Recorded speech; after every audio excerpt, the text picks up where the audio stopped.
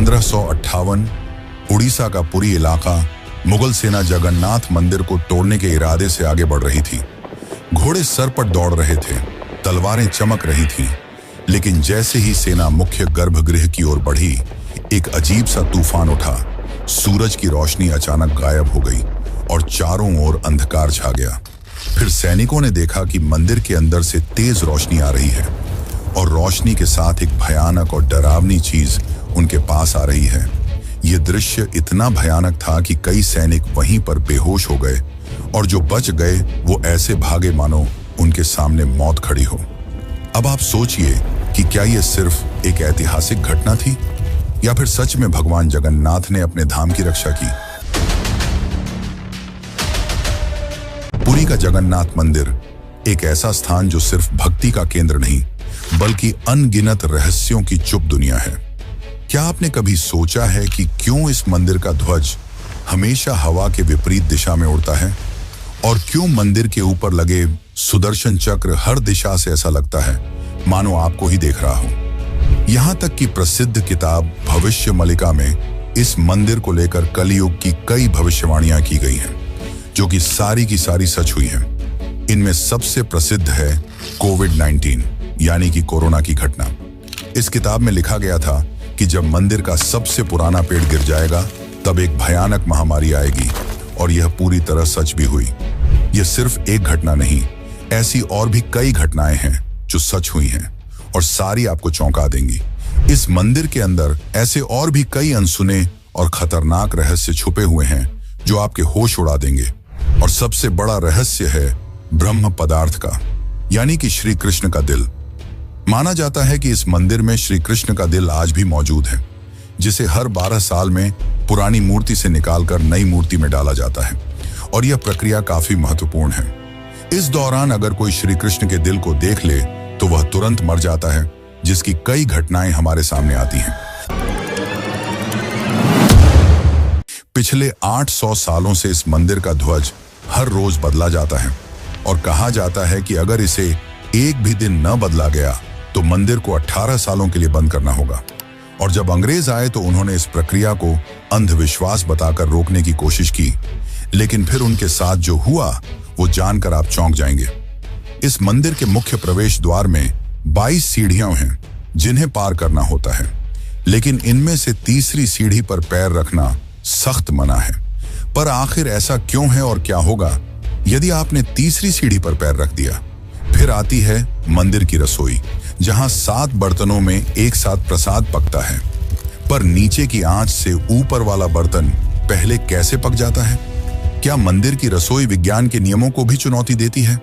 ऐसे ही और भी न जाने कितने चौंकाने वाले रहस्य।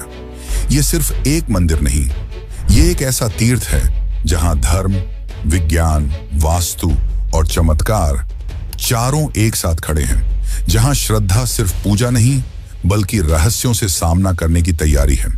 तो क्या आप तैयार हैं एक ऐसे सफर के लिए जहां हर अध्याय आपको चौंकाएगा, हर रहस्य आपके विश्वास को चुनौती देगा और हर जवाब एक नए सवाल को जन्म देगा? चलिए चलते हैं जगन्नाथ मंदिर की उस रहस्यमयी यात्रा पर, जहां भगवान खुद हर सवाल का उत्तर है।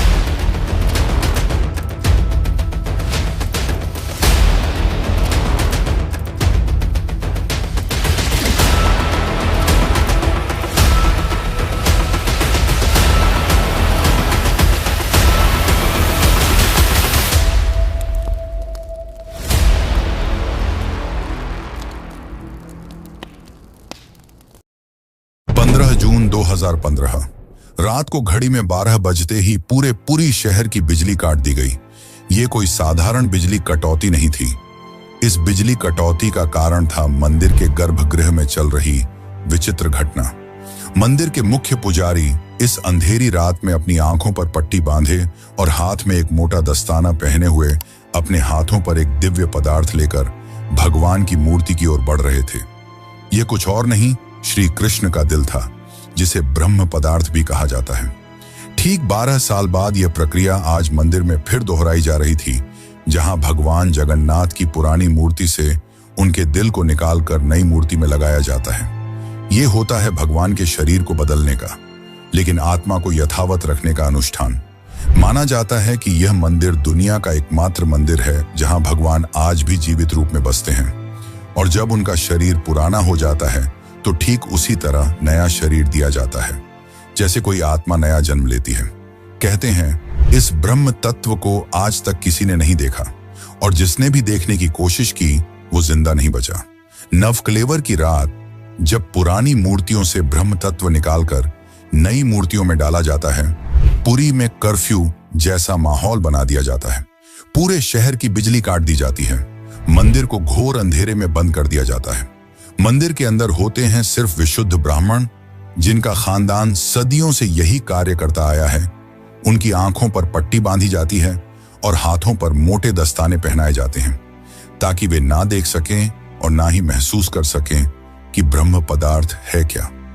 जब यह प्रक्रिया होती है तब मंदिर की सुरक्षा सीआरपीएफ के जवान करते हैं, और किसी भी व्यक्ति का मंदिर के अंदर जाना सख्त मना होता है। जब 2015 में यह अनुष्ठान हुआ था, तब एक पांडे ने उस ब्रह्म तत्व को हाथ लगा दिया था, जिसके बाद वह तुरंत ही बेहोश हो गया, और जब आंख खुली तो वह मानसिक रूप से पूरी तरह अस्थिर हो गया था। तो सवाल उठता है, ब्रह्म तत्व आखिर है क्या? क्या यह कोई दिव्य ऊर्जा है? क्या यह सिर्फ विश्वास है, या सच में कोई ऐसा अविनाशी पदार्थ मौजूद है जो युगों से युगों तक जीवित है? माना जाता है कि यह ब्रह्म पदार्थ काफी ज्यादा शक्तिशाली है, जिससे लगातार दिव्य ऊर्जा निकलती रहती है और हमेशा हल्का सा कंपन महसूस होता रहता है। प्रसिद्ध इंडियन आर्कियोलॉजिस्ट प्रवीण मोहन के हिसाब से श्री कृष्ण सिर्फ एक इंसान नहीं बल्कि एक सुप्रीम बीइंग थे। उनके मुताबिक ब्रह्म पदार्थ, जिसे कृष्ण का दिल भी कहा जाता है, वह असल में एक आर्क रिएक्टर है, यानी कि एक ऐसा डिवाइस जो भयंकर स्तर की ऊर्जा उत्पन्न करता है। उन्होंने यह तक बताया कि क्यों जगन्नाथ की मूर्तियों को लकड़ी से बनाया जाता है। उनके अनुसार लकड़ी बिजली को कंडक्ट नहीं करती, जिस कारण वह ब्रह्म पदार्थ से निकलने वाली इलेक्ट्रोमैग्नेटिक एनर्जी को रोक लेती है। वैसे तो माना जाता है आज तक इसे किसी ने नहीं देखा है, पर आज से करीब 50 साल पहले एक व्यक्ति ने दावा किया था कि उसने इस हृदय को देखा है। उसने कहा कि हृदय चांदी की तरह तरल बह रहा था, और यही तरल लकड़ी को कमजोर कर देता है, जिस कारण हर 12 साल में मूर्तियों को बदलना पड़ता है। उस व्यक्ति ने यह तक कहा कि जब उस हृदय को प्रकाश में लाया गया तो वह चक्र की तरह घूमने लगा और जोर से कंपन करने लगा, यानी कि जब इस ब्रह्म पदार्थ को रोशनी मिलती है तो यह और भी ज्यादा सक्रिय हो जाता है, जो कि खतरनाक साबित हो सकता है। जिस कारण हर बार जब इसे पुरानी मूर्ति से नई मूर्ति में बदला जाता है तब पूरी शहर की बिजली काट दी जाती है। विज्ञान के लिए आज भी यह एक चौंकाने वाला रहस्य है जिसे कोई समझ नहीं पाया, लेकिन भक्तों के लिए यह उनके श्री कृष्ण हैं, उनका दिल है, जिस कारण हर दिन लाखों की तादाद में भक्त भगवान जगन्नाथ के दर्शन करने आते हैं। वैसे क्या आपको पता है कि जब श्री कृष्ण की मृत्यु हुई तब पांडवों ने उनके शरीर को जला दिया था, पर फिर कैसे उनका हृदय बच गया और वह पुरी तक कैसे पहुंचा? और इस भव्य मंदिर की रचना किसने की? आखिर कौन था जिसने बड़ी ही चमत्कारी तरीके से भगवान जगन्नाथ की मूर्ति बनाई?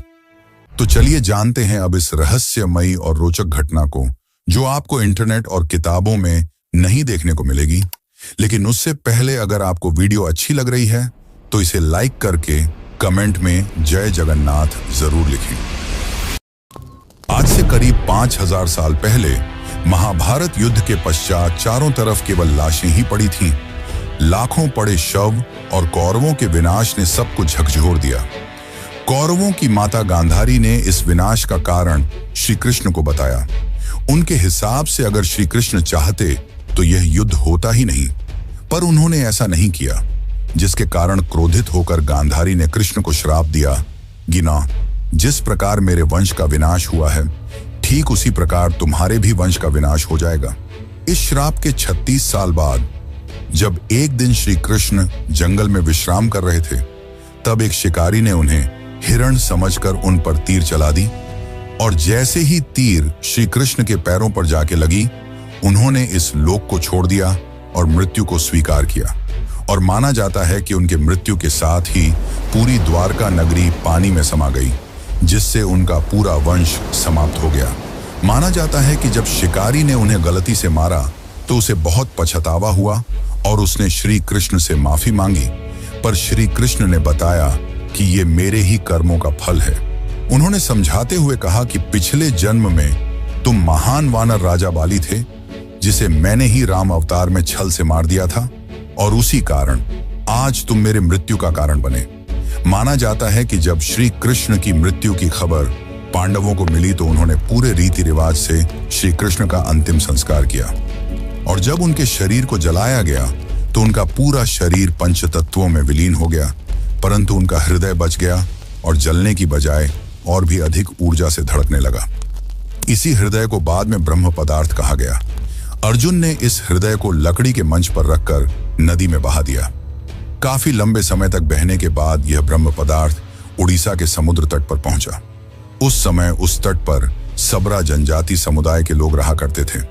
उस जनजाति के मुखिया विश्ववसु ने जब इस ब्रह्म पदार्थ को देखा तो वे इसकी ऊर्जा और दिव्य प्रकाश से प्रभावित हो गए। उन्होंने तुरंत ही पहचान लिया कि यह भगवान के ही रूप हैं, और उन्होंने इसे नील माधव के रूप में पूजना शुरू कर दिया। उसी समय मालवा के राज्य में राजा इंद्रद्युम्न राज्य किया करते थे। वे भगवान विष्णु के काफी बड़े भक्त थे।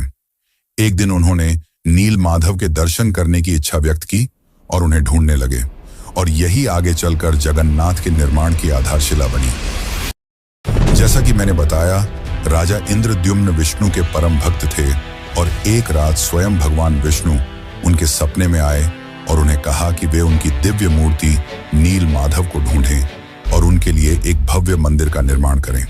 श्री हरि विष्णु ने उन्हें यह भी बताया कि यह ब्रह्म पदार्थ उन्हें नीलांचल पर्वत में मिलेगा, जिसके पश्चात राजा ने अपने ब्राह्मण पुजारी विद्यापति को आदेश दिया कि वह इस मूर्ति को ढूंढ निकाले। विद्यापति कई दिनों तक नीलांचल पर्वत के अलग हिस्सों में इसकी तलाश करते रहे, और तब जाकर अंत में उन्हें पता चला कि इस मूर्ति को आदिवासी मुखिया विश्ववसु ने एक गुफा में छुपा कर रखा है, और वे दिव्य रूप से उसकी पूजा करते हैं। जब विद्यापति ने इसके दर्शन करने की अनुमति मांगी, तब विश्ववसु ने यह कहकर मना कर दिया कि यह उनके जाति का निजी मामला है। जिसके बाद विद्यापति ने चालाकी दिखाई और विश्ववसु की पुत्री ललिता से विवाह कर लिया। अब विद्यापति ने ललिता की मदद से विश्ववसु को मनाया और वे उस गुफा की ओर चल पड़े। जैसे ही विद्यापति ने उस नील माधव की मूर्ति को देखा, वे उसकी ऊर्जा से काफी ज्यादा प्रभावित हुए, और उन्होंने तुरंत ही यह बात राजा इंद्रद्युम्न को बताई।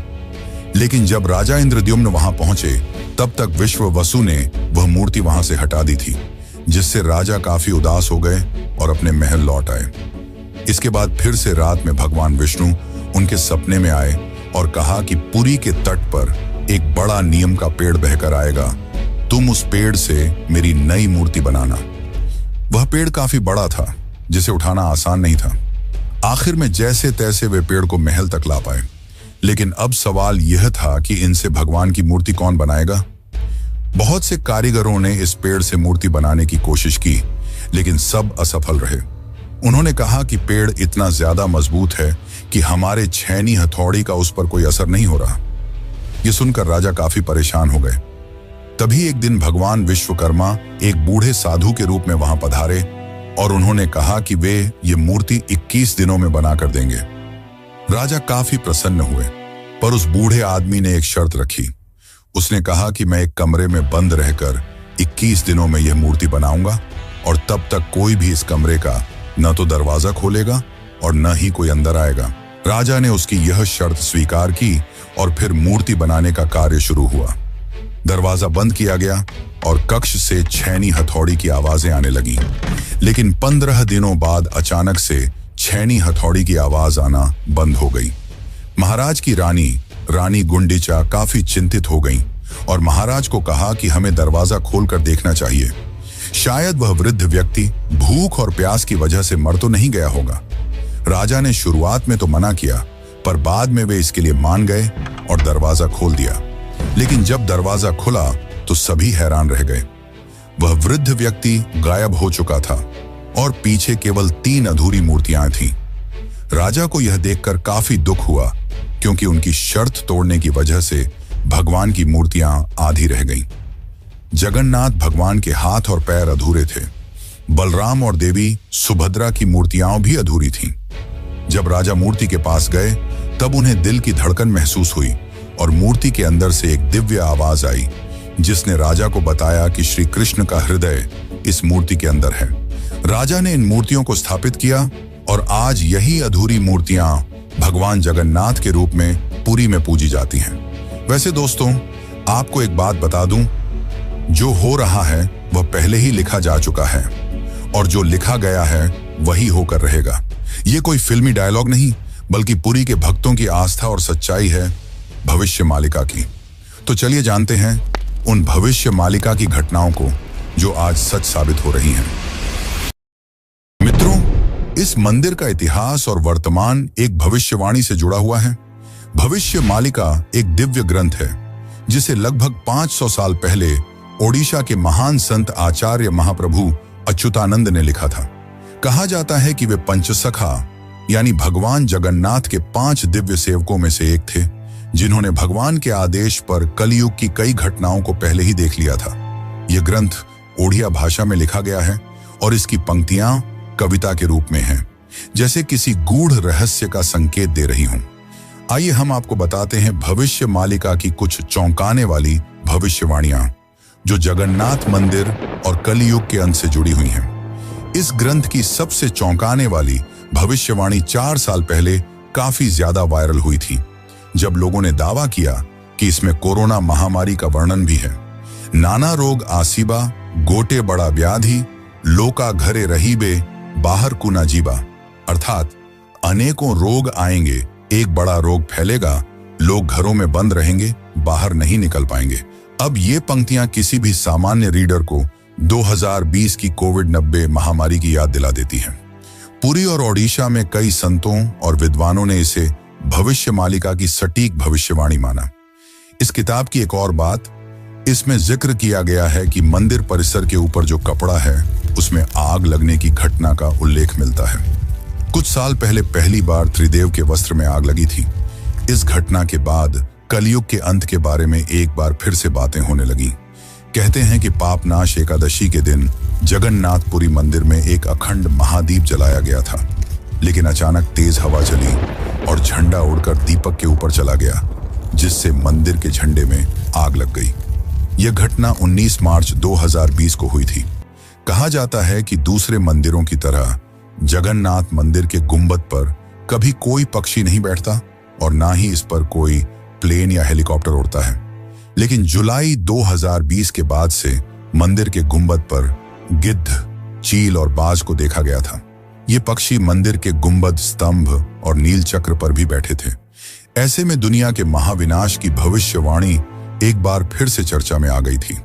भविष्य मालिका के अनुसार जब कलयुग का अंत करीब होगा तो भगवान जगन्नाथ मंदिर का नील चक्र यानी सुदर्शन चक्र तूफान से टेढ़ा हो जाएगा। मई 2019 में समुद्री तूफान फानी के कारण यह विशालकाय चक्र टेढ़ा हो गया था। ऐसे ही और भी कई भविष्यवाणियां हैं जो सच हो चुकी हैं और कई प्रसिद्ध भविष्यवाणियां हैं जो आने वाले को लेकर की गई हैं। 3 रथ यात्राएं एक साथ रुकेंगी, नदियां उल्टी दिशा में बहेंगी, ब्रह्म तत्व मंदिर से गायब हो जाएगा और फिर में अंत में आएंगे भगवान के आखिरी अवतार कल की। अब दोस्तों, आप ही सोचिए कि क्या यह महज संयोग है या सच में आचार्य अच्युतानंद को भविष्यदर्शी शक्तियां प्राप्त थीं। अगर उन्होंने आज से सैकड़ों साल पहले ऐसी बातें लिख दी जो अब सच हो रही हैं, तो क्या हमें उनकी बाकी भविष्यवाणियों को भी गंभीरता से लेना चाहिए? भविष्य मालिका कोई साधारण ग्रंथ नहीं, बल्कि वो कायनात का रोड मैप है जिसे बस समझने की जरूरत है। वैसे आपकी जानकारी के लिए बता दूं कि सन 1558 में मुगल सेना ने मंदिर को तोड़ने की कोशिश की। फिर उनके साथ जो हुआ वो चौंकाने वाला था और इस घटना को पहले ही भविष्य मालिका में लिख दिया गया था। और साथ ही भविष्य मालिका में अंग्रेजों को लेकर भी यह कहा गया था कि गोरे आएंगे और मंदिर को बंद कराने की कोशिश करेंगे। तो चलिए अब जानते हैं कि जब मुगल सेना ने मंदिर पर आक्रमण किया तो क्या हुआ और कैसे ब्रिटिशर्स ने भक्तों की श्रद्धा को अंधविश्वास बताकर मंदिर को बंद करने की कोशिश की। लेकिन उससे पहले चैनल को सब्सक्राइब जरूर कर लें। यह आपके लिए तो फ्री है, पर इससे हमारी काफी मदद हो जाती है। सन 1558 उड़ीसा के पूरी इलाके में घना अंधकार छाया हुआ था, पर वो अंधकार आसमान में नहीं, लोगों के मन में था। क्योंकि इस बार कोई साधारण लुटेरा नहीं, मुगल सेना खुद मंदिर को गिराने के इरादे से आ रही थी। कला पहाड़ नाम का अफगान जनरल, जो तब बंगाल का गवर्नर था, उसकी क्रूरता इतनी बदनाम थी कि उसका नाम सुनकर ही लोग कांप उठते थे। कहा जाता है कि वो सनातन धर्म और मंदिरों से विशेष नफरत रखता था। उस दिन उसकी फौज पूरी ताकत के साथ पुरी की ओर बढ़ी। घोड़े सर पर दौड़ रहे थे, तलवारें लहराई जा रही थीं और मंदिर की शांति में एक भयंकर आंधी की आहट आने लगी। जैसे ही सैनिक मुख्य गर्भगृह की ओर बढ़े, अचानक मौसम बदल गया। तेज हवाएं चलने लगीं, आकाश काला पड़ गया, सूरज की रोशनी एकदम गायब हो गई और मंदिर के चारों ओर एक रहस्यमयी घना अंधेरा छा गया। मंदिर के भीतर से एक चमकती हुई रोशनी निकली, जो किसी इंसान की नहीं थी। ये रोशनी जैसे ही बाहर आई, पूरा मैदान एकाएक शांत हो गया। सैनिकों में अफरा तफरी मच गई, कुछ बेहोश हो गए, कुछ उल्टा भागने लगे। बिना एक भी तलवार चले कला पहाड़ की पूरी फौज पीछे हट गई। आज भी पुरी की लोक कथाओं में यह कथा सुनाई जाती है कि जब भगवान की मर्यादा पर वार होता है तो वो खुद प्रकट होकर अपने धाम की रक्षा करते हैं। अब दूसरी घटना की बात करते हैं, जो है अंग्रेजों का विरोध और रथ यात्रा का संघर्ष। जब 1803 में अंग्रेजों ने पुरी पर कब्जा किया, तब उन्होंने कई प्राचीन मंदिरों की संपत्तियों और अधिकारों को छीन लिया। लेकिन पुरी का श्री जगन्नाथ मंदिर एक ऐसा स्थान बना जहां जनता ने कभी भी नियंत्रण नहीं छोड़ा। ब्रिटिश अधिकारियों को मंदिर की अलौकिक घटनाएं और भक्तों की श्रद्धा समझ नहीं आती थी, इसीलिए उन्होंने इन्हें सुपरस्टिशन कहकर मजाक बनाना शुरू कर दिया। सन 1805 में ब्रिटिश कलेक्टर मिस्टर हंटर ने पुरी मंदिर के रिचुअल्स को इरेशनल और बारबैरिक कहा। बात तब और बिगड़ी जब सन 166 में ब्रिटिश प्रशासन ने पुरी की रथ यात्रा को बंद करवाने की साजिश रची। उन्होंने यह तर्क दिया कि रथ यात्रा के दौरान भीड़ अनियंत्रित हो जाती है और यह प्रशासनिक खतरा है। पर यह फैसला पूरे उड़ीसा में जन आंदोलन का कारण बन गया। लाखों लोग सड़कों पर उतर आए, मठों, आचार्यों और गांवों ने खुलकर विरोध किया। रथ यात्रा का रथ निर्माण कार्य लोगों ने खुद शुरू कर दिया, यह कहते हुए कि अगर भगवान नहीं चलेंगे तो हम भी नहीं चलेंगे। इस जनता के दबाव और आक्रोश के चलते ब्रिटिश सरकार को पीछे हटना पड़ा और 1964 में फिर से रथ यात्रा की अनुमति दी गई। इसके बाद अंग्रेजों ने कभी पुरी मंदिर के अंदरूनी मामलों में दखल नहीं दिया। अब चलिए आपको बताते हैं जगन्नाथ की तीसरी सीढ़ी का रहस्य, जिसे यमलोक का द्वार भी कहा जाता है। वैसे तो इस मंदिर में 22 सीढ़ियां हैं, पर सबसे खास है तीसरी सीढ़ी, क्योंकि इसमें पैर रखना उचित नहीं माना जाता।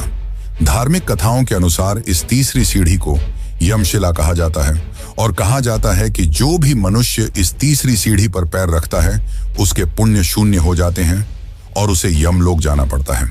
दरअसल एक बार यमराज जी भगवान जगन्नाथ के पास पहुंचे और उनसे कहा कि भगवान, भक्त जैसे ही आपके दर्शन करते हैं उनके सारे पाप मिट जाते हैं, और अगर ऐसा ही चलता रहा तो सभी व्यक्ति जगन्नाथपुरी के दर्शन करके पापों से मुक्त हो जाएंगे, जिससे यमलोक में कोई नहीं आएगा। तब भगवान जगन्नाथ ने कहा कि तुम इस मंदिर की तीसरी सीढ़ी पर अपना स्थान ग्रहण कर लो, और जो भी इस मंदिर की तीसरी सीढ़ी पर पैर रखेगा उसके पुण्य शून्य हो जाएंगे और उसे यमलोक जाना पड़ेगा। और तभी से इस सीढ़ी को यमशिला कहा जाता है, क्योंकि इसमें यम का वास है। अब अगर हम पुरी मंदिर के ऊपर लगे सुदर्शन चक्र की बात करें, तो देखने वालों ने यह दावा किया है कि इस सुदर्शन चक्र को आप मंदिर के किसी भी कोने से देखोगे तो ऐसा लगेगा मानो आपको ही देख रहा हो। मतलब इससे जिस भी दिशा से देखो ये सामने की ओर ही दिखता है। इसे आम भाषा में आर्टिफिशियल इल्यूजन कहा जाता है, पर यह आज भी विज्ञान के परे है कि कैसे इतने भारी चक्र को मंदिर के ऊपर लगाया गया और कैसे उस समय के लोगों ने यह आर्टिफिशियल इल्यूजन बनाया जिससे चक्र हमेशा सामने की ओर दिखता है।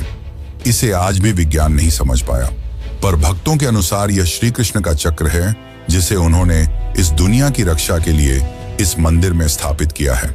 और भविष्य मालिका की एक और पंक्ति के हिसाब से जब यह मंदिर समुद्र के अंदर समा जाएगा तब कलयुग अपने अंतिम चरण पर होगा और तब आएंगे विष्णु के आखिरी अवतार कल्कि। अब जानते हैं पुरी के रसोई घर के बारे में। जगन्नाथ पुरी का रसोई घर दुनिया की सबसे बड़ी और सबसे रहस्यमयी रसोई है, जिसके अनोखे तथ्य और परंपरा भक्तों को आश्चर्यचकित कर देती है। और रसोई का सबसे बड़ा रहस्य यह है कि यहाँ भोजन 7 मिट्टी के बर्तनों में बनाया जाता है और हर एक बर्तन को एक के ऊपर एक रखा जाता है।